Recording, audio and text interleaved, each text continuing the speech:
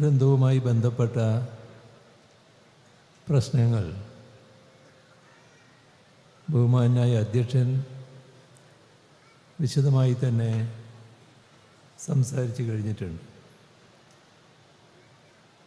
ഈ ദുരന്തബാധിത കുടുംബങ്ങൾ മനുഷ്യൻ സാധാരണ സ്വപ്നം കാണുന്നവരാണ്.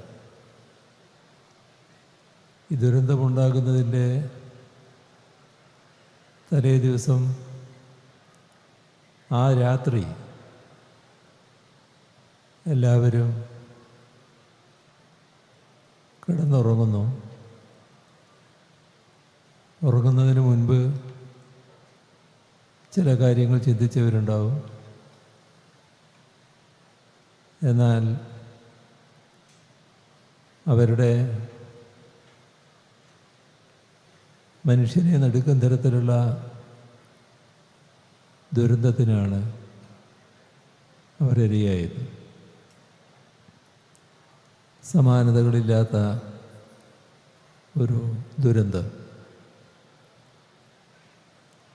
അവശേഷിച്ചവർ ഇവിടെ പറഞ്ഞതുപോലെ ഒരുമിച്ച് ജീവിച്ചവരാണ് ഞങ്ങൾ.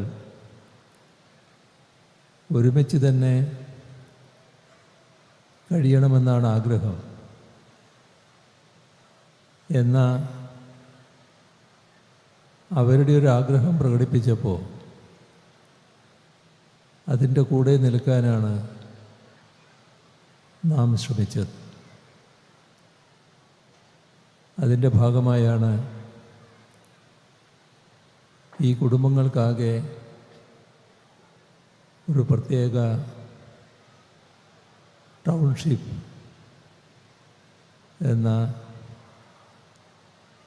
ആശയത്തിന് രൂപം കൊടുക്കുന്നത്. എന്നാൽ ആ സമയത്ത് തന്നെ കണ്ടിരുന്നു, അപൂർവം ചിലർ അവർക്ക് സ്വന്തമായി പോകണമെന്ന് ആഗ്രഹമുണ്ടാകാം. അങ്ങനെ പോകാൻ ആഗ്രഹിക്കുന്നവരുടെ കാര്യത്തിൽ തടസ്സം നിൽക്കേണ്ടതില്ല. അതിനെ സഹായിക്കാവുന്ന നിലയിൽ സഹായിക്കാമെന്നും ആ ഘട്ടത്തിൽ തന്നെ കണ്ടിരുന്നു. ഏതായാലും അതുമായി ബന്ധപ്പെട്ട് ആലോചനകൾ തുടങ്ങുമ്പോൾ നമുക്ക് അശേഷം സംശയമുണ്ടായിരുന്നില്ല ഈ പദ്ധതി പൂർത്തിയാക്കുന്ന കാര്യത്തിൽ. എന്നാൽ വ്യത്യസ്തമായ അഭിപ്രായങ്ങൾ ധാരാളം വരുമല്ലോ. എല്ലാവരും ഈ ആശയത്തോട് അനുകൂലിച്ചു. അതുമായി ബന്ധപ്പെട്ട് എല്ലാവരും സഹകരിക്കാൻ തയ്യാറായി. കുഞ്ഞുങ്ങൾ മുതൽ മുതിർന്ന പൗരന്മാർ വരെ സമൂഹത്തിൻ്റെ വിവിധ തുറകളിലുള്ളവർ സഹായിക്കാൻ സന്നദ്ധത പ്രകടിപ്പിച്ചു. മാത്രമല്ല, എണ്ണം പറഞ്ഞുകൊണ്ട് ഇത്ര വീടുകൾ ഞങ്ങളുടെ വക നൽകാൻ തയ്യാറാണ് എന്നും ആ ഘട്ടത്തിൽ അറിയിക്കുകയുണ്ടായി. എല്ലാം കൂടി വന്നപ്പോൾ നല്ല നമ്പറുണ്ട്. ആ ഘട്ടത്തിൽ തന്നെ ഒരു കാര്യം വ്യക്തമാക്കിയിരുന്നു. അത് ഈ വീടുകൾ നിർമ്മിക്കുക, ടൗൺഷിപ്പ് നിർമ്മിക്കുക എന്ന വാഗ്ദാനം സംസ്ഥാനം നൽകുകയാണ്. അപ്പോൾ അത് നടപ്പാക്കേണ്ടതാണ്. ഈ നൽകിയ വാഗ്ദാനങ്ങളിൽ ഏതെങ്കിലും കൂട്ടർ അത് പാലിക്കാൻ തയ്യാറായില്ലെങ്കിൽ അതുമായി ബന്ധപ്പെട്ട് അത്രയും വീടുകൾ ഒഴിച്ചിടാനാവില്ല. കാരണം എല്ലാ വീടുകളുടെയും നിർമ്മാണം ഒരേ രീതിയിൽ നടത്താനാണ് നിശ്ചയിച്ചത്. അപ്പോൾ ഏതെങ്കിലും കൂട്ടർ പിൻവാങ്ങുന്നു, അല്ലെങ്കിൽ വാഗ്ദാനം ചെയ്ത് മുഴുവൻ നിറവേറ്റാനാകുന്നില്ല എന്നൊക്കെ വന്നാൽ അതിൻ്റെ കുറവ് വീട് നിർമ്മാണത്തെ ബാധിക്കില്ല. എല്ലാ വീടുകളും നിർമ്മിക്കുക അത് സംസ്ഥാനം നൽകിയിട്ടുള്ള വാഗ്ദത്തമാണ്. അത് പൂർണ്ണമായി നിറവേറ്റാനുള്ള ബാധ്യത സംസ്ഥാനത്തിനുണ്ട് എന്ന നിലപാട് എല്ലാവരുമായും പങ്കുവച്ചിരുന്നു. ഈ വാഗ്ദത്തം ചെയ്തവരുടെ മുന്നിലും ആ കാര്യം പറഞ്ഞിരുന്നു. ഏതായാലും വാഗ്ദത്തം ചെയ്തവരിൽ ഒട്ടേറെ പേർ മാതൃകാപരമായി തന്നെ അത് നിറവേറ്റാൻ തയ്യാറായി. നല്ല സഹകരണം, നല്ല പിന്തുണ എല്ലാവരുടെയും ഭാഗത്തുനിന്നുണ്ടായി. ഇപ്പോൾ വന്ന കാലതാമസത്തിൻ്റെ കാര്യങ്ങൾ ഇവിടെ പറഞ്ഞു കഴിഞ്ഞു. ഏതായാലും 178 വീടുകൾ നമുക്ക് കൈമാറാവുന്ന അവസ്ഥയിലെത്തിയിരിക്കുന്നു. ഇവിടെ ദുരന്തത്തിൽ ഒറ്റപ്പെട്ടു പോയ 13 പട്ടികവർഗ കുടുംബങ്ങൾ, അവരെ പുനരധിവസിപ്പിക്കുന്നതിന് മേപ്പാടി പുതിയ വില്ലേജ് പരിസരത്ത് 5 ഏക്കർ ഭൂമി ഏറ്റെടുത്തിരുന്നു.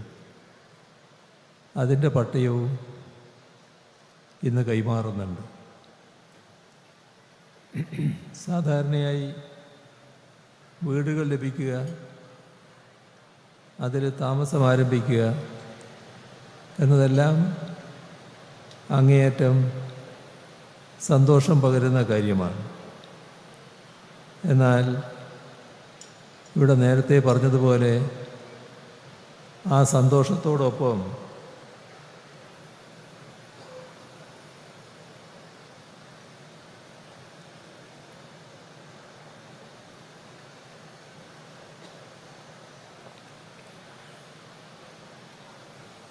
മൺമറഞ്ഞുപോയ പ്രിയപ്പെട്ടവരെക്കുറിച്ചുള്ള സങ്കടകരമായ ഓർമ്മകളും ഈ ഘട്ടത്തിൽ ഉയർന്നു വരുന്നുണ്ട്. 2024 ജൂലൈ 30 ഉണ്ടായ ദുരന്തത്തിൽ നമ്മെ വിട്ടുപിരിഞ്ഞ പ്രിയപ്പെട്ടവരുടെ ഓർമ്മകൾ, അവരെല്ലാവരുടെയും സ്മരണയ്ക്ക് മുന്നിൽ ആദരാഞ്ജലികൾ അർപ്പിക്കട്ടെ. ടൗൺഷിപ്പിൻ്റെ ആദ്യഘട്ടമാണ് ഇന്ന് ഉദ്ഘാടനം ചെയ്യപ്പെടുന്നത്. ആദ്യഘട്ട ഗുണഭോക്താക്കളായി 178 കുടുംബങ്ങൾ. അവർക്ക് അവരുടെ ഭൂമിയുടെ പട്ടയം നൽകുകയാണ്. ബാക്കിയുള്ള ഗുണഭോക്താക്കൾക്കും ഏതാനും മാസങ്ങൾക്കുള്ളിൽ തന്നെ വീട് കൈമാറുന്നതായിരിക്കും. അവരുടെ വീടുകളുടെ പണിയും അന്തിമഘട്ടത്തിലെത്തി നിൽക്കുകയാണ്. ഇവിടെ പറഞ്ഞതുപോലെ അടുത്ത മഴക്കാലത്തിന് മുൻപ്, വലിയ മാസങ്ങളില്ല നമുക്കറിയാം, അതിനിടയിൽ വരാനിടയുള്ള വലിയ തിരക്ക് പിടിച്ച ഘട്ടമുണ്ടാവും. അതെല്ലാം ഉണ്ടെങ്കിലും അടുത്ത മഴക്കാലത്തിന് മുൻപ് മുഴുവൻ ദുരന്തബാധിതർക്കും സ്വന്തം ഭൂമിയും വീടും നൽകി പുനരധിവസിപ്പിക്കുന്നതിനുള്ള കർമ്മ പദ്ധതിയാണ് തയ്യാറാക്കിയിട്ടുള്ളത്. ഇപ്പോൾ നാം ഓർക്കേണ്ട ഒരു കാര്യം, ഒട്ടും എളുപ്പമായിരുന്നില്ല നമ്മുടെ യത്നം എന്ന കാര്യമാണ്. അപ്രതീക്ഷിതമായി ഒരു രാത്രി കൊണ്ട് ഒരു നാട് തന്നെ ഇല്ലാതാകുന്ന അവസ്ഥ, ഉറ്റവരെയും ഉടയവരെയും നഷ്ടപ്പെടുന്ന അവസ്ഥ, ജീവനോപാധികൾ ഇല്ലാതാകുന്ന നില, ശാരീരികമായ അവശതകൾ ഏറ്റുവാങ്ങേണ്ടി വന്നവർ, അങ്ങനെ ഒട്ടേറെ യാതന അനുഭവിക്കുന്ന സഹോദരങ്ങളെയാണ് ആ ദുരന്തം ബാക്കി വെച്ചത്. ഏത് നാടും പകച്ചു നിന്നു പോകുന്ന ഘട്ടമാണ്. ആ ഒരു അവസ്ഥയിൽ നിന്നാണ് നമ്മൾ ആരംഭിക്കുന്നത്. മരുന്ന് പല രോഗങ്ങൾക്കും പരിഹാരമാണ്. പക്ഷേ മാനസികമായ വേദനകൾക്ക് മരുന്ന് പരിഹാരമല്ല. ആ വേദനകളിൽ പരസ്പരം ആശ്വാസമാകാൻ കഴിയും.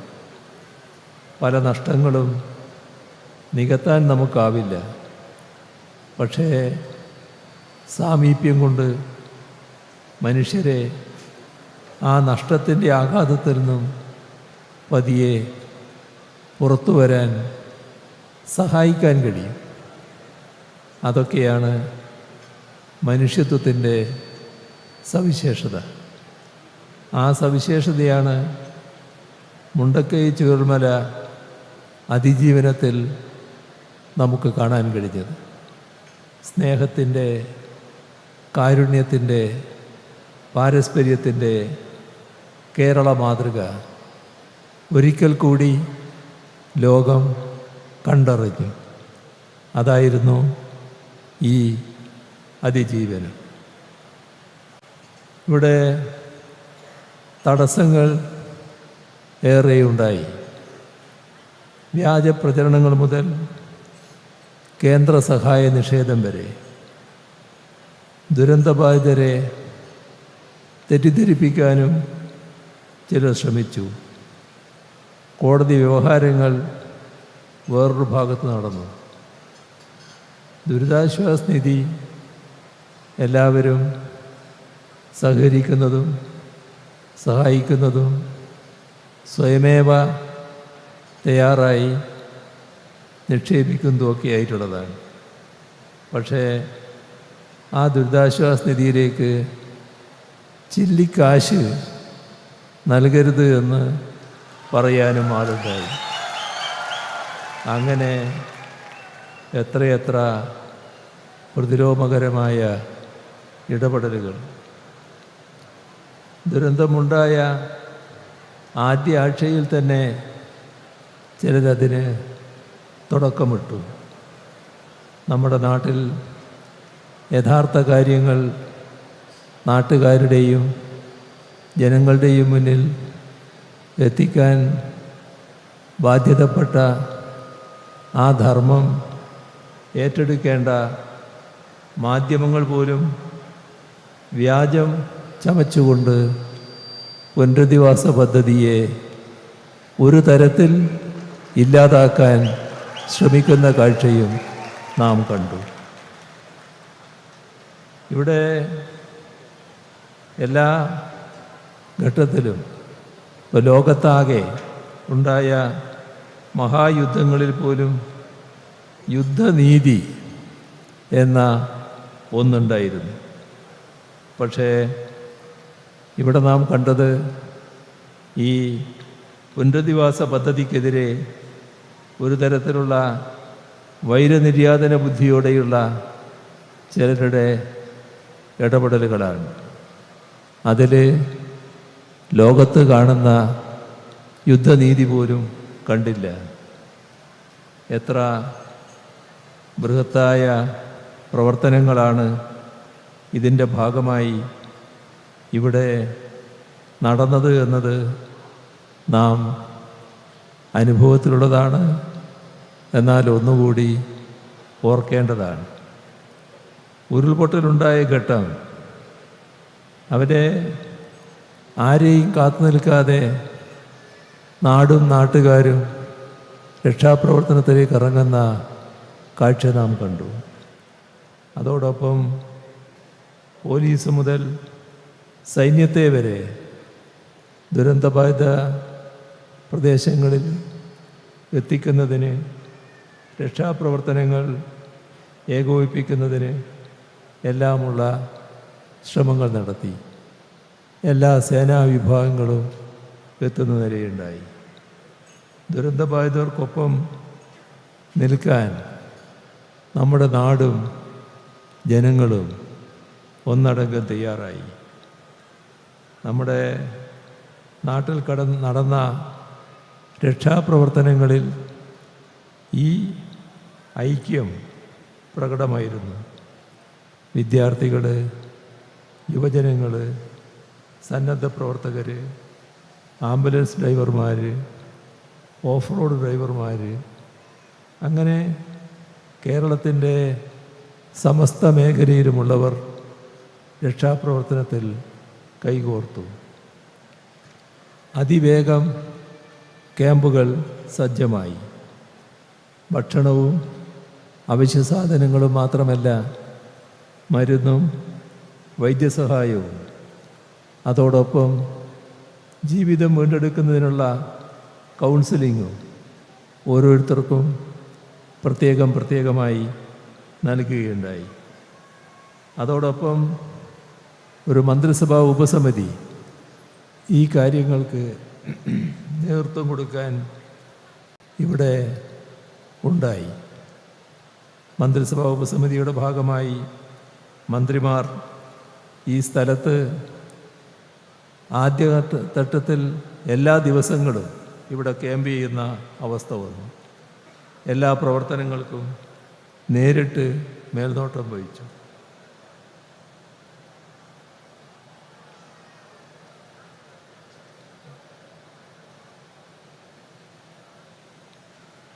അതിൻ്റെ ഭാഗമായുള്ള വിശദമായ അവലോകന യോഗങ്ങൾ, ആ യോഗങ്ങളിൽ ആവശ്യമായ നിർദ്ദേശങ്ങൾ, അതിലുയർന്നു വരുന്ന നിർദ്ദേശങ്ങൾ കൃത്യമായി നടപ്പിലാക്കൽ, ഇതെല്ലാം ഇതിൻ്റെ ഭാഗമായി നടക്കുകയുണ്ടായി.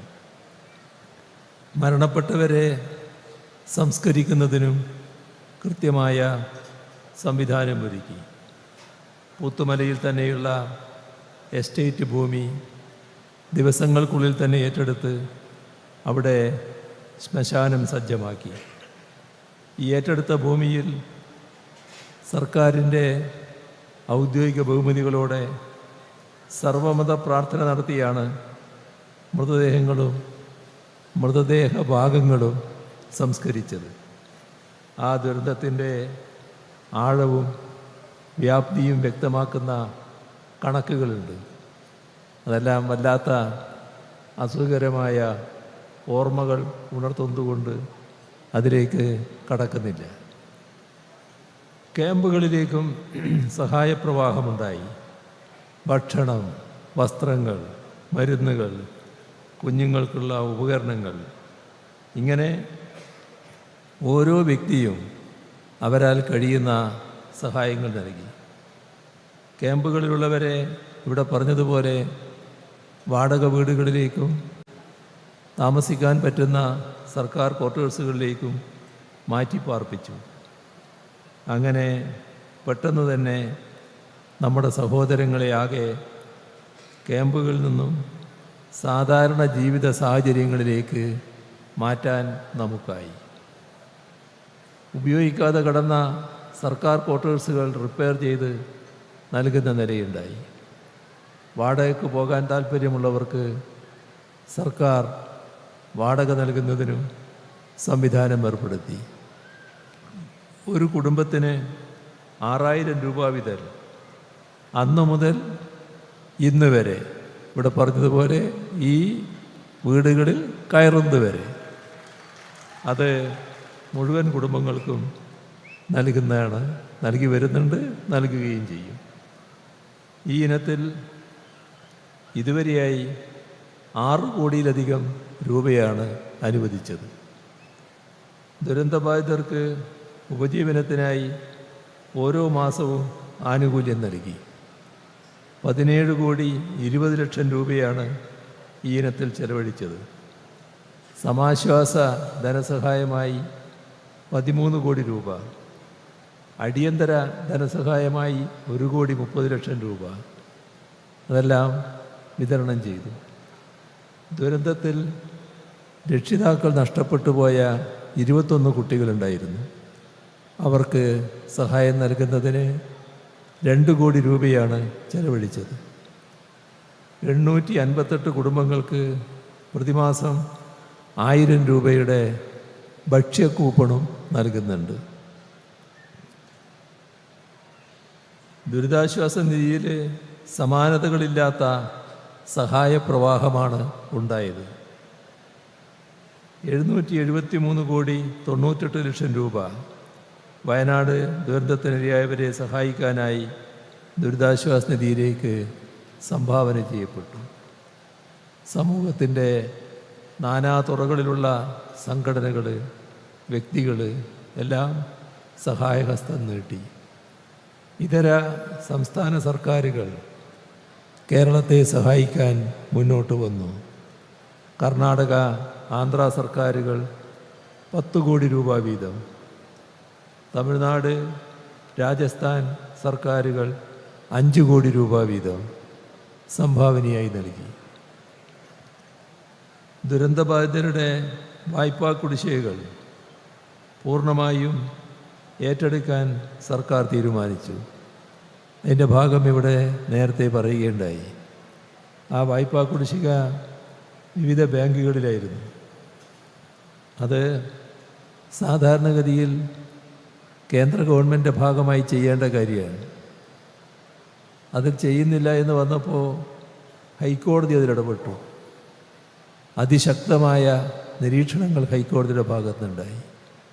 പക്ഷേ നിശ്ചിത കാലാവധി വെച്ചുകൊണ്ട് കേന്ദ്ര ഗവൺമെൻറ്റിനെ അറിയിച്ചെങ്കിലും അത് നീട്ടി പോകുന്ന അവസ്ഥയാണ് കേന്ദ്ര ഗവൺമെൻറ്റിൽ നിന്നുണ്ടായത്. ആ സഹായം ചെയ്യാൻ കേന്ദ്ര ഗവൺമെൻറ് തയ്യാറാകുന്നില്ല എന്ന സാഹചര്യത്തിലാണ് സംസ്ഥാന സർക്കാർ പൂർണ്ണമായും ആ വായ്പാ കുടിശ്ശിക ഏറ്റെടുക്കാൻ തീരുമാനിച്ചത്.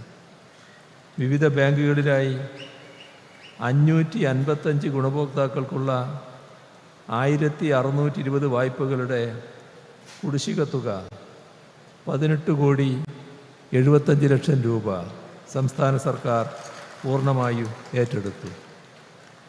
ദുരന്തബാധിതരുടെ വായ്പ എഴുതിത്തള്ളണം എന്ന് കേന്ദ്ര സർക്കാരിനോട് പലവട്ടം സംസ്ഥാന സർക്കാർ ആവശ്യപ്പെട്ടതാണ്. ഒരു നടപടിയും കേന്ദ്ര സർക്കാരിൽ നിന്നുണ്ടായില്ല. ദുരന്തബാധിതരെ പുനരധിവസിപ്പിക്കുന്നതിനുള്ള സ്ഥലം കണ്ടെത്തലായിരുന്നു അടുത്ത കടമ്പ. ജനകീയ കൂടിയാലോചനയിൽ പുനരധിവാസത്തെക്കുറിച്ച് സർക്കാർ അഭിപ്രായം തേടി. ആ കാര്യങ്ങളിവിടെ വ്യക്തമാക്കി കഴിഞ്ഞു. അവർ എല്ലാവരുടെയും അഭിപ്രായം മാനിച്ചുകൊണ്ടാണ് ഇങ്ങനെയൊരു നിലപാടിലേക്ക് എത്തിയത്. വയനാട് ജില്ലയിലെ വിവിധ സ്ഥലങ്ങളിലുള്ള 31 ഇടങ്ങളിലാണ് ഭൂമി മാർക്ക് ചെയ്തത്. അവയെല്ലാം വിശദമായി പരിശോധിച്ചു. അങ്ങനെ പട്ടിക 9 ചുരുക്കി. പിന്നീട് പുനരധിവാസത്തിന് അർഹതയുള്ളവരുടെ അഭിപ്രായം കൂടി പരിഗണിച്ച് നെടുമ്പാല എസ്റ്റേറ്റും എൽസ്റ്റൺ എസ്റ്റേറ്റും ഏറ്റെടുക്കുന്നതിന് തത്വത്തിൽ തീരുമാനമെടുത്തു. ആദ്യഘട്ടമായി എൽസ്റ്റൺ എസ്റ്റേറ്റ് ഏറ്റെടുക്കാനുള്ള നടപടികൾ സ്വീകരിച്ചു. ഇവിടെ ഒരു കുടുംബത്തിന് 7 സെൻറ്റ് ഭൂമി വീതവും മറ്റ് പൊതു സൗകര്യങ്ങളടക്കം സജ്ജീകരിച്ചും 410 കുടുംബങ്ങളെ പുനരുദ്ധരിപ്പിക്കാനാകുമെന്ന് കണ്ടെത്തി. അങ്ങനെ വന്നപ്പോൾ പുനരധിവാസം എൽസ്റ്റൺ എസ്റ്റേറ്റിലേക്ക് മാത്രം മതി എന്ന് തീരുമാനിച്ചു. ഭൂമി ഏറ്റെടുക്കുന്നതിനുള്ള ഉത്തരവ് 2024 ഒക്ടോബർ പുറപ്പെടുവിച്ചു. നവംബറിൽ ഫേസ് 1 ഗുണഭോക്താക്കളെ കണ്ടെത്തുന്നതിനുള്ള നടപടികൾ ആരംഭിച്ചു. അതിനെ തുടർന്ന് കോടതി വ്യവഹാരം ഉണ്ടായി. തുടർന്ന് ഭൂമി ഏറ്റെടുക്കലിന് അല്പനാൾ തടസ്സം നേരിട്ടു. ഹൈക്കോടതി അനുമതി ലഭിച്ചു.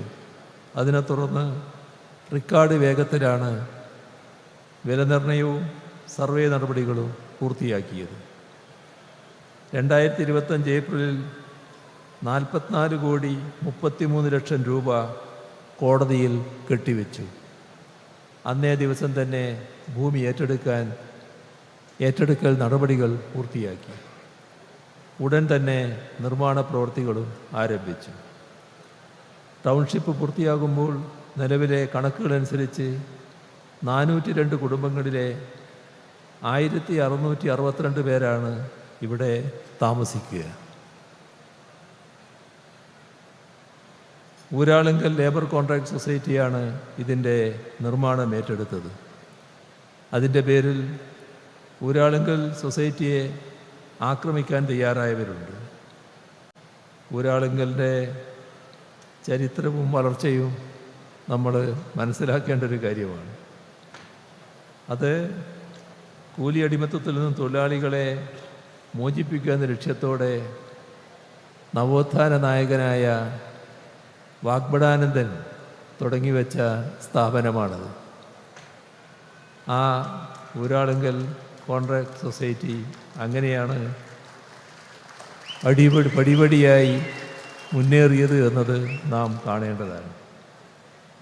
നമ്മുടെ നാട്ടിൽ മഴക്കാലം വേനൽക്കാലം എന്ന വ്യത്യാസമില്ലാതെയാണ് കഴിഞ്ഞ കാലത്ത് മഴയുണ്ടായത്. അപ്പോൾ വേനൽ മഴ ശക്തമായി, തുറന്നു വന്ന കാലവർഷം ശക്തമായി, തുലാവർഷവും നല്ല രീതിയിലുണ്ടായി. ഇതൊക്കെ നിർമ്മാണ പ്രവൃത്തികൾക്ക് വലിയ തടസ്സങ്ങൾ സൃഷ്ടിച്ചു. അതിനെല്ലാം മറികടന്നാണ് നിർമ്മാണ പ്രവൃത്തികൾ മുൻപോട്ട് കൊണ്ടുപോയത്. കൃത്യമായ പ്ലാനിങ്ങോടുകൂടിയും അച്ചടക്കത്തോടുകൂടിയും ആയിരക്കണക്കിന് നിർമ്മാണ തൊഴിലാളികളെയും ഉദ്യോഗസ്ഥരെയും വിന്യസിച്ചുകൊണ്ട് നടത്തിയ ഭഗീരഥ പ്രയത്നത്തിൻ്റെ സാക്ഷ്യമാണ് നാം ഇപ്പോൾ കാണുന്ന ഈ ടൗൺഷിപ്പ്. അതിൻ്റെ ഭാഗമായ ഓരോ തൊഴിലാളിയെയും അഭിനന്ദിക്കാൻ ഈ അവസരം വിനിയോഗിക്കുകയാണ്. രമേശൻ്റെ നേതൃത്വത്തിലുള്ള ഊരാളുങ്കൽ ലേബർ കോൺട്രാക്ട് സൊസൈറ്റിയെ ഈ ഘട്ടത്തിൽ അഭിനന്ദിക്കട്ടെ. ഈ പ്രവർത്തനങ്ങൾക്ക് ഏകോപനം കൊടുത്ത് നേതൃത്വം കൊടുക്കാൻ വേണ്ടി സിയാലിൻ്റെ MD സുഹാസിനെ നിശ്ചയിച്ചിരുന്നു. അദ്ദേഹം ക്രിയാത്മകമായ പ്രവർത്തനമാണ് കാഴ്ചവെച്ചത്. അദ്ദേഹത്തെ ഈ ഘട്ടത്തിൽ അഭിനന്ദിക്കട്ടെ. ഇവിടെ പറഞ്ഞതുപോലെ അനിതരസാധാരണമായ വൈഭവമാണ് നമ്മുടെ ഇവിടുത്തെ കലക്ടർ ഈ കാര്യങ്ങളിലെല്ലാം കാണിച്ചിട്ടുള്ളത്. തുടക്കം മുതൽ അവരിതിൻ്റെ കൂടെയുണ്ടായിരുന്നു. അവരെയും ഈ ഘട്ടത്തിൽ ഹാർദമായി അഭിനന്ദിക്കട്ടെ. നമ്മുടെ ഉദ്യോഗസ്ഥ വൃന്ദമാകെ പഴയ ചീഫ് സെക്രട്ടറി വേണു ആയാലും ഇപ്പോഴുള്ള ചീഫ് സെക്രട്ടറി ആയാലും ഇവരെല്ലാം നല്ല നിലക്ക് ഇതിന് നേതൃത്വം കൊടുത്തിട്ടുണ്ട്. അവരുടെ കീഴിലുള്ള സംഘം, ഉദ്യോഗസ്ഥ വൃന്ദം മൊത്തത്തിൽ ഇതുമായി ബന്ധപ്പെട്ട് നല്ല നിലക്ക് സഹകരിക്കുകയും പ്രവർത്തിക്കുകയും ചെയ്തിട്ടുണ്ട്. ഇപ്പോഴുള്ള ചീഫ് സെക്രട്ടറി ജയതിലകനെയും ആ ടീമിന് നേതൃത്വം കൊടുത്ത ജയതിലകനെയും ഈ ഘട്ടത്തിൽ ഹാർദമായി അഭിനന്ദിക്കട്ടെ. ഇവിടെ ടൗൺഷിപ്പ് കൊണ്ട് വിഭാവനം ചെയ്തത് നമ്മളിവിടെ താമസിക്കാനുള്ള ആളുകൾക്ക് കുറച്ച് വീടുകൾ നിർമ്മിച്ച് കൊടുക്കുക എന്നുള്ളത് മാത്രമല്ല, അവരെ കൂടുതൽ മെച്ചപ്പെട്ട ഒരാവാസ വ്യവസ്ഥയിലേക്ക് എത്തിക്കുക എന്നത് സർക്കാരിൻ്റെ ലക്ഷ്യമായിരുന്നു. നഷ്ടപ്പെട്ടതിനേക്കാൾ മെച്ചപ്പെട്ടതാക്കുക, അതാണ് ബിൽഡ് ബാക്ക് ബെറ്റർ എന്ന ദുരന്ത നിവാരണത്തിൻ്റെ അടിസ്ഥാന തത്വം. അക്ഷരാർത്ഥത്തിൽ അത് പാലിക്കപ്പെടുന്ന രീതിയിലാണ് ഈ ടൗൺഷിപ്പ് വിഭാവനം ചെയ്തിരിക്കുന്നത്. ഇവിടെ വീടുകളോടൊപ്പം പൊതു സൗകര്യങ്ങളായ community hall, disaster shelter, football ground, disaster memorial, കടമുറികൾ, മെറ്റീരിയൽ കളക്ഷൻ ഫെസിലിറ്റി, തടയണയും ജലാശയവും, 10 സ്വീവേജ് ട്രീറ്റ്മെൻറ്റ് പ്ലാന്റുകൾ, ഭൂഗർഭ വൈദ്യുതി വിതരണ ശൃംഖല, വെള്ളം ഒഴുക്കുന്നതിന് ഡ്രെയിനേജ് സംവിധാനം, 9.5 ലക്ഷം ലിറ്റർ കപ്പാസിറ്റിയുള്ള വാട്ടർ ടാങ്ക്, ഓരോ വീട്ടിലും വൈദ്യുതി ഉൽപ്പാദിപ്പിക്കുന്നതിനാവശ്യമായ 2 kV കപ്പാസിറ്റിയുള്ള സോളാർ പവർ പ്ലാന്റ്, അത് വേണമെങ്കിൽ അവർക്ക് കൂടുതൽ ശേഷി വർദ്ധിപ്പിക്കാനാവും. ഇവയെല്ലാം ഇവിടെ ഒരുക്കിയിരിക്കുകയാണ്. 5 സോണുകളായിട്ടാണ് ഈ ടൗൺഷിപ്പ് വിഭാവനം ചെയ്തത്. ഇതിൽ 35 ക്ലസ്റ്ററുകളായിട്ടാണ് വീടുകൾ നിർമ്മിക്കുന്നത്. ഓരോ ക്ലസ്റ്ററിലും വിശാലമായ ഗ്രീൻ സ്പേസ് നടുമുറ്റമുണ്ട്. ഈ നടുമുറ്റത്തിന് ചുറ്റും 5.5 മീറ്റർ വീതിയുള്ള റോഡ്, ആ റോഡിലേക്ക് ഫേസ് ചെയ്തുകൊണ്ടാണ് ഓരോ ക്ലസ്റ്ററിലെയും വീടുകളുള്ളത്. നടുമുറ്റം പോലെയുള്ള ഈ ഗ്രീൻ സ്പേസ് മുതിർന്നവർക്ക് വൈകുന്നേരങ്ങളിൽ ഒത്തുകൂടുന്നതിന് ഉപകരിക്കും, കുട്ടികൾക്ക് കളിക്കുന്നതിന് ഉപകരിക്കും, എന്തെങ്കിലും ചില പ്രത്യേക ആവശ്യങ്ങൾ വന്നാൽ വേണമെങ്കിൽ ഒരു ചെറിയ കൂടിച്ചേരാനുള്ള സ്ഥലമായിട്ടത് ഉപയോഗിക്കാം. അതോടൊപ്പം ചെറിയൊരു അടുക്കളത്തോട്ടമായി ഉപയോഗിക്കുന്നതിനും ഇത് സഹായകമാണ്. 8 മുതൽ 20 വരെ വീടുകൾ ഉൾക്കൊള്ളുന്നതാണ് ഓരോ ക്ലസ്റ്ററും. 7 സെൻറ്റാണ് ഓരോരുത്തരുടെയും വ്യക്തിഗത ഹൗസ് പ്ലോട്ടുകൾ. ഞങ്ങളിപ്പോൾ ആ വീട്ടിൽ കയറി നോക്കി. അപ്പോൾ മുൻഭാഗവും പിൻഭാഗവും അത്യാവശ്യം വേണ്ട സ്ഥലമുണ്ട്. ഈ വ്യക്തിഗത ഹൗസ് പ്ലോട്ടുകളിൽ ഓരോ ഭൂമിക്കും പ്രത്യേകം പട്ടയം നൽകും. വീടുകളും പൊതുനിർമ്മിതികളും പ്രകൃതി ദുരന്തങ്ങളെ അതിജീവിക്കുന്ന രീതിയിലാണ് നിർമ്മിച്ചിട്ടുള്ളത്.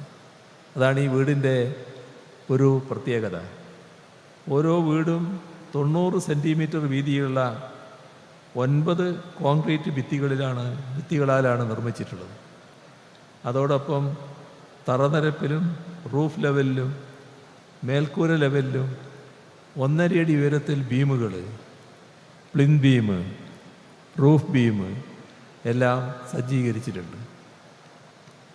ഇത്തരത്തിൽ ഇപ്പോൾ കാണുന്നത് ഒരു നില കെട്ടിടമാണെങ്കിലും അതിൻ്റെ മുകളിൽ ഇനിയും നിർമ്മിതി വേണമെന്ന് ആ വീട്ടിൽ താമസിക്കുന്നവർക്ക് ഭാവിയിൽ തോന്നിയാൽ കൂടുതൽ നിലകൾ നിർമ്മിക്കാൻ ഉതകും തരത്തിലാണ് നിർമ്മാണം നടത്തിയിരിക്കുന്നത്. ഇപ്പോൾ ഉള്ളതിൻ്റെ മേലെ തന്നെ നിർമ്മിക്കാമെന്നർത്ഥം. അതോടൊപ്പം വിപണിയിൽ ലഭ്യമായ ഏറ്റവും മികച്ച നിർമ്മാണ സാമഗ്രികളാണ് നിർമ്മാണത്തിനായി ഉപയോഗിച്ചിട്ടുള്ളത്. നിർമ്മാണത്തിൻ്റെ ഓരോ ഘട്ടത്തിലും ഗുണമേന്മ പൂർണ്ണമായും ഉറപ്പാക്കിയിട്ടുണ്ട്. നിർമ്മാണത്തിന് ഉപയോഗിക്കുന്ന ഓരോ സാധന സാമഗ്രിയും നിർമ്മാണ സ്ഥലത്ത് തന്നെ സജ്ജീകരിച്ചിട്ടുള്ള ലാബിൽ ടെസ്റ്റ് ചെയ്യും. അതിനുശേഷം മാത്രമാണ് ഉപയോഗിച്ചത്.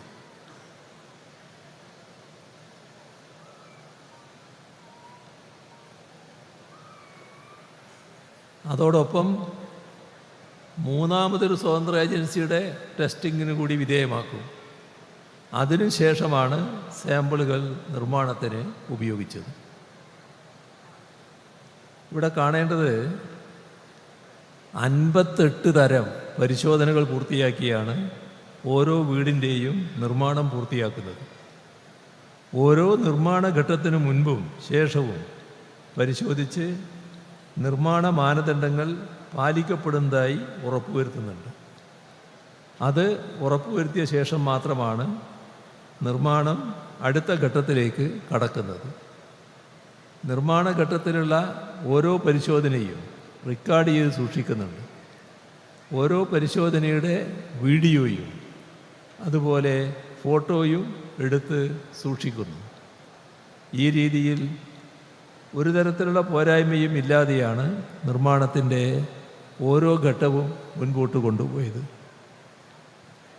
വീടുകൾക്ക് പൂർണ്ണനാശം സംഭവിച്ച വ്യക്തികൾക്കുള്ള വീടുകളാണ് ആദ്യഘട്ടമായി വിതരണം ചെയ്യുന്നത്. ദുരിതബാധിതർക്ക് സർക്കാർ 2 ഓപ്ഷനുകൾ നൽകിയിരുന്നു. ഒന്നുകിൽ അവർക്ക് സർക്കാർ നൽകുന്ന ടൗൺഷിപ്പിൽ ഒരു വീട് ഓപ്റ്റ് ചെയ്യാം, അല്ലെങ്കിൽ സർക്കാരിൻ്റെ പുനരധിവാസ തുകയായി 15 ലക്ഷം രൂപ സ്വീകരിക്കാം. മഹാഭൂരിപക്ഷം കുടുംബങ്ങളും സർക്കാരിൻ്റെ ടൗൺഷിപ്പിലുള്ള വീട് തന്നെ സ്വീകരിച്ചു എന്നുള്ളത് ഇതിൻ്റെ ഗുണമേന്മയും സ്വീകാര്യതയും വെളിവാക്കുകയാണ്. ദുരന്തത്തിൽ നഷ്ടമുണ്ടായ സംരംഭകർക്കും കച്ചവട സ്ഥാപനങ്ങൾക്കുമുള്ള പുനരുജ്ജീവന പദ്ധതിയും നടപ്പാക്കുകയാണ്. അതും ബന്ധപ്പെട്ടവർക്ക് സ്വീകാര്യമായ നിലയിലാണ്. ഇതോടൊപ്പം KSFEയുടെ ഫണ്ട് ഉപയോഗിച്ച് നിർമ്മിക്കുന്ന കൽപ്പറ്റ ജനറൽ ആശുപത്രിയുടെ അനക്സ് കോംപ്ലക്സും ഇന്ന് നാടിന് ആശുപത്രി അനക്സ് കോംപ്ലക്സിൻ്റെ നിർമ്മാണവും ഇവിടെ ആരംഭിക്കുന്നുണ്ട്. ഈ കൂട്ടത്തിൽ പറയാനുള്ള മറ്റൊരു കാര്യം, കൽപ്പറ്റ ജനറൽ ആശുപത്രി അനുവദിച്ച ക്രിട്ടിക്കൽ കെയർ യൂണിറ്റ് ഉണ്ട്. അതിനുവേണ്ടി 43 കോടി രൂപ സർക്കാർ നേരത്തെ അനുവദിച്ചിട്ടുണ്ട്. പക്ഷെ അവിടെ സ്ഥലമില്ലാത്തതുകൊണ്ട് അത് നിർമ്മിക്കാനായിട്ടില്ല. ഇപ്പോൾ KSFEയുടെ ഇത്തരമൊരു ഓഫർ നമ്മൾ സ്വീകരിച്ചു കഴിഞ്ഞ സാഹചര്യത്തിൽ കൽപ്പറ്റ ജനറൽ ആശുപത്രിയുടെ ക്രിട്ടിക്കൽ കെയർ യൂണിറ്റിനുമുള്ള സ്ഥലവും ഇവിടെ അനുവദിക്കുന്നതാണ്. അതോടൊപ്പം ഉള്ളൊരു പ്രശ്നം, ഇവിടെയുള്ള കുട്ടികളടക്കം പോകേണ്ട സ്കൂളാണ് കൽപ്പറ്റ ഗവൺമെൻറ് LP സ്കൂൾ. ആ ഗവൺമെൻറ് LP സ്കൂളിന് അവിടെ വലിയ പരിമിതിയാണുള്ളത്. അത് സ്ഥലപരിമിതി കൊണ്ട് വല്ലാതെ ബുദ്ധിമുട്ടുകയാണ്. അപ്പോൾ ആ ഗവൺമെൻറ് LP സ്കൂൾ ഇങ്ങോട്ട് ഷിഫ്റ്റ് ചെയ്യുകയാണെങ്കിൽ അതിനുള്ള സ്ഥലവും അനുവദിക്കുന്ന കാര്യം സർക്കാർ ആലോചിക്കുന്നതാണ്. അതിൻ്റെ കാര്യങ്ങൾ പരിശോധിക്കേണ്ടതായിട്ടുണ്ട്. പരിശോധിച്ച് വിദ്യാഭ്യാസ വകുപ്പ് കൂടി പരിശോധിക്കേണ്ട കാര്യമാണ്. പക്ഷേ അങ്ങനൊരു അഭിപ്രായം വന്നിട്ടുണ്ട്.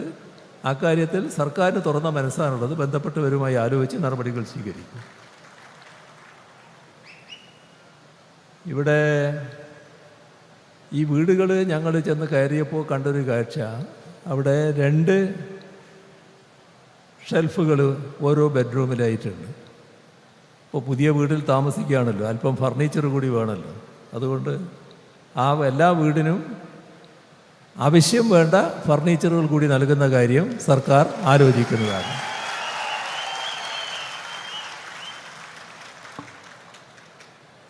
മനുഷ്യർ ഭേദചിന്തകൾക്ക് അതീതമായി പരസ്പരം താങ്ങും തണലുമാകുന്ന കേരള മാതൃക, അതാണ് വീണ്ടും ലോകശ്രദ്ധ ആകർഷിക്കുന്നത്.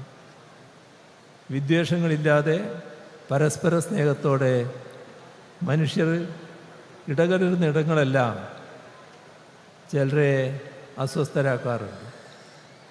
അവരാണ് കേരളത്തിനെക്കുറിച്ച് വ്യാജ നിർമ്മിതികൾ, വ്യാജ പ്രചരണങ്ങൾ, അതിനുവേണ്ടിയുള്ള സിനിമകളടക്കം നിർമ്മിക്കുന്നത്. നമ്മുടെ നാട്ടിൽ എല്ലാവരും ഒരു തരത്തിലുള്ള ഭേദചിന്തയും ഇല്ലാതെ ജീവിക്കാൻ ആഗ്രഹിക്കുന്നവരാണ്.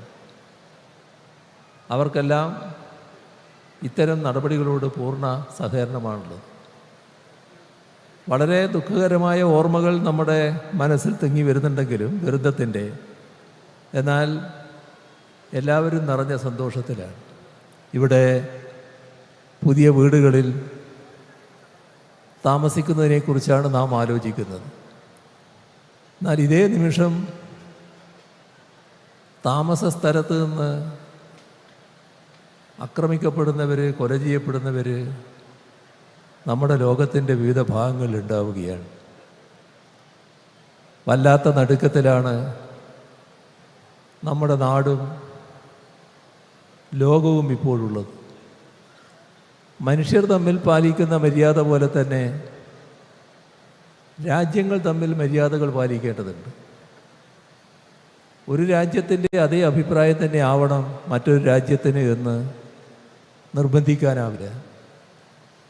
പക്ഷേ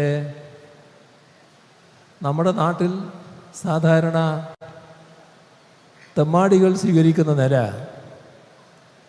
ചില തെമ്മാടി രാഷ്ട്രങ്ങൾ ഇപ്പോൾ സ്വീകരിക്കുകയാണ്. ആ തെമ്മാടി രാഷ്ട്രങ്ങൾക്ക് നേതൃത്വം കൊടുക്കുന്നത് അമേരിക്കൻ സാമ്രാജ്യത്വമാണ് എന്നതാണ് ഏറ്റവും കടുത്ത അനുഭവം. അവരുടെ കയ്യിൽ ആയുധങ്ങളുണ്ട്, സമ്പത്തുണ്ട്, യുദ്ധവെറി. പിന്നെ സാധാരണഗതിയിൽ ഒരു രാജ്യത്തിന് നേതൃത്വം കൊടുക്കേണ്ട മാനസികാവസ്ഥയുള്ളയാൾ തന്നെയാണോ അവിടെ നേതൃത്വം വഹിക്കുന്നത് എന്ന ശങ്ക. ഇതെല്ലാം കൂടി ഒത്തുവന്നപ്പോൾ ഭ്രാന്തമായ നടപടികളിലേക്ക് കടക്കുകയാണ്. അതാണ് ഒരു രാജ്യത്തിനകത്ത് കടന്ന് ആ രാജ്യത്തിൻ്റെ പ്രസിഡന്റിനെ അവിടെ നിന്ന് ഭാര്യയടക്കം കസ്റ്റഡിയിലെടുത്ത് കൊണ്ടുപോകുന്ന കാഴ്ച ലോകം കണ്ടത്. ഒരു രാജ്യവും ചെയ്യുന്ന കാര്യമല്ല. ഇപ്പോൾ ഇറാന് നേരെ ആക്രമണം നടത്തിയിരിക്കുന്നു.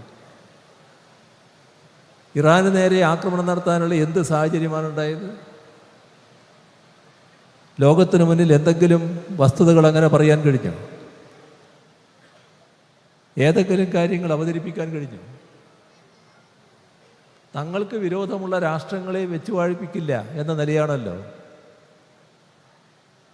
ഒരു രാജ്യത്തിൻ്റെ പരമാധികാരിയായി ആ രാജ്യം കണക്കാക്കുന്ന ആയത്തുള്ള ഖൊമേനിയെ അദ്ദേഹത്തിൻ്റെ വീട്ടിൽ അദ്ദേഹത്തിൻ്റെ മകളെയും കൊച്ചുമോളെയും മകളുടെ ഭർത്താവിനെയും എല്ലാം കൂടെ ചേർത്ത് കൊല്ലുന്ന നില. ഇന്നത്തെ ആധുനിക സാങ്കേതിക വിദ്യ മേലെ നിന്ന് നിങ്ങൾ എവിടെയുണ്ട് എന്ന് കൃത്യമായി മനസ്സിലാക്കാൻ പറ്റും. അങ്ങനെ മനസ്സിലാക്കിക്കൊണ്ട് ആയുധം പ്രയോഗിക്കാൻ പറ്റുന്ന വിദ്യകൾ, സാങ്കേതിക വിദ്യകൾ അമേരിക്കൻ സാമ്രാജ്യത്തിൻ്റെയും മറ്റും കയ്യിലുണ്ട്. അത് വെച്ച് ഒരു രാഷ്ട്രത്തിൻ്റെ പരമാധികാരിയായി ആ രാഷ്ട്രം കണക്കാക്കുന്ന വ്യക്തിയെപ്പോലും കൊല ചെയ്യാൻ തയ്യാറാവുകയാണ്. എത്ര ഇതുപോലുള്ള അതിക്രമങ്ങൾ! എന്താണിപ്പോൾ അതിൻ്റെ ഭാഗം? നമ്മുടെ നാട്ടിൽ നല്ലൊരു ഭാഗം കുടുംബങ്ങൾ ഇപ്പോൾ വലിയ പ്രയാസത്തിലാണല്ലോ, ഉത്കണ്ഠയിലാണല്ലോ, വേവലാതിയിലാണല്ലോ. മകനും മകളും വേണ്ടപ്പെട്ടവരുമെല്ലാം പലരും ഗൾഫ് നാടുകളിൽ ജോലി ചെയ്യുന്നുണ്ടല്ലോ. അവിടങ്ങളിലെല്ലാം പ്രശ്നങ്ങളായി വന്നല്ലോ. ഇത്തരം കാര്യങ്ങളെ അപലപിക്കാൻ തയ്യാറാവണ്ടേ? ഞാനിന്ന് പ്രധാനമന്ത്രിക്ക് കത്തയച്ചിട്ടുണ്ട്. ഈ കാര്യത്തിൽ അടിയന്തര ഇടപെടൽ വേണമെന്ന് പറഞ്ഞുകൊണ്ട്. നമ്മുടെ നാടിൻ്റെ ഉത്കണ്ഠ, നമ്മുടെ സഹോദരങ്ങൾ ലക്ഷക്കണക്കിലാണ് ഗൾഫ് നാടുകളിലുള്ളത്. അവരെല്ലാം വല്ലാത്തൊരു അരക്ഷിതാവസ്ഥയിലാണ്. ഇതെല്ലാം ഉണ്ടാക്കി വെച്ചത് ഈ അമേരിക്കൻ സാമ്രാജ്യത്വത്തിൻ്റെ ഭ്രാന്തമായ നടപടികളാണ്.